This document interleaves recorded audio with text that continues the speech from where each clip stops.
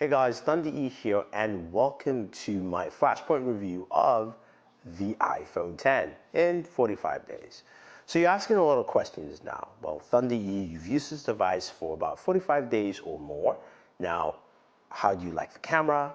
Is this your daily driver? Would you recommend the iPhone X? And is it worth $1,000? So I'm going to go through some of the use cases that I've used this device and also answer some of those questions for you. So first off, the iPhone X is not my daily driver. Now, there are a couple of reasons why. One, I'm not a big iOS user, but also there are a couple of key features that actually puts away from me to be my daily driver. That being said, there are things I do like about this device. First off, I think the design and display is truly stunning. Apple's done a really good job with the design, making this a really good looking iPhone, just from the aesthetics alone. And also the display is gorgeous. It's a good looking display. Apple has their funky, of course, display dimensions, but it's still a lovely looking display. Now that's beside having the notch, AKA the unibrow, but it still works out pretty well. And I think a lot of people will like that, even though I personally myself have mixed feelings about that, especially when I throw in my wallpapers on there. Now, the unibrow, of course, has that notch that has, of course, the true depth sensor that, of course, houses Face ID. Now, Face ID is all about unlocking your device with your face, which works out very well. Now, I was skeptical. I tried fooling the Face ID with the unlocker. Didn't work. It worked out pretty well, and that's something I have to give them kudos for. The fact that it works well and works pretty seamlessly, I think, is a solid option. Now, when it comes to certain things that I don't like, one has to do with iOS and something they can quickly fix. I have to throw it in there. Apple, please fix your notifications.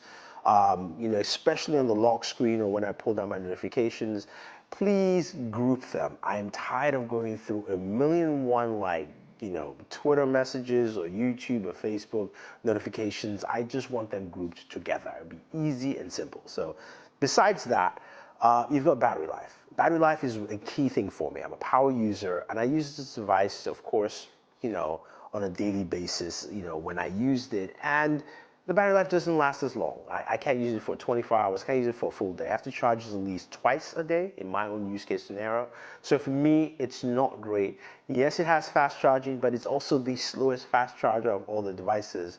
So again, it's behind in that area for me, and it's something that I didn't like. Now, the gestures are a mixed bag for me in the sense that I like the gestures. I think they're usable, but what I experienced with the gestures is that you still have to slide from the very bottom of the device right by the metal lip. And that can be a little confusing, especially when I got to test it out with my friends. I gave them the iPhone X, and I could see how they used it, and I saw it was a problem. So I say it's a mixed bag because I will get used to it, and I was fine with it, but some people might not. Now, moving to the cameras, you've got two 12-megapixel cameras in the rear, built-in OIS. They handle very well. Take some lovely photos. Also record a 4K 60 frames per second, the only device to do that. So that's pretty big. And I like the fact that it does that. It really does a really good job with the rear cameras. And I think that's something that Apple does very well. So it's also got portrait mode there. But you move up to the front-facing camera with the true depth sensor to give you, of course, portrait photos. And you get a mixed bag. The honest truth is the picture quality is similar to the iPhone 8 Plus.